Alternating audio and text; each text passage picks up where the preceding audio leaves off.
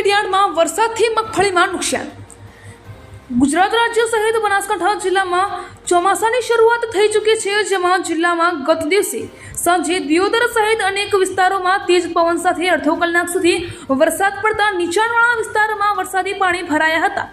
જો કે એકાએક વાતાવરણમાં પલટો આવ્યા બાદ દિયોદરમાં વરસાદ પડતા દિયોદર એપીએમસીમાં વેપારીઓએ ખેડૂતો પાસેથી ખરીદેલ માલ મોટા ભાગનો વરસાદના પાણીથી પલળી જતા વેપારીઓને ભારે નુકસાન આવ્યું છે, જેમાં મોડી સાંજે વેપારીઓ માર્કેટયાર્ડ દોડી જઈ માલની સલામતી માટે વ્યવસ્થા કરી હતી। પાકો વેપારીઓના બગડ્યા છે, કેટલું નુકસાન છે? લાખો રૂપિયાનું નુકસાન છે અને મગફળી, વરિયાળી, જીરું અને બાજરીમાં બહુ મોટું નુકસાન છે। વેપારીઓને બહુ મોટું લાખો રૂપિયાનું નુકસાન છે। એમના માટે કંઈ હવે થાય તો સારું।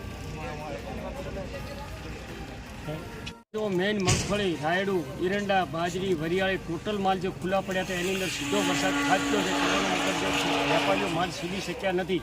હવે જે આ માલોની અંદર એક ધારો કે મણદીઠ 300 રૂપિયાનું નુકસાન છે અને નુકસાન છતાં માલ નોખવાની કોઈ જગ્યા નથી કે અમે માલ હૂકવીએ અને મિલોમાં ભરાઈ શકા।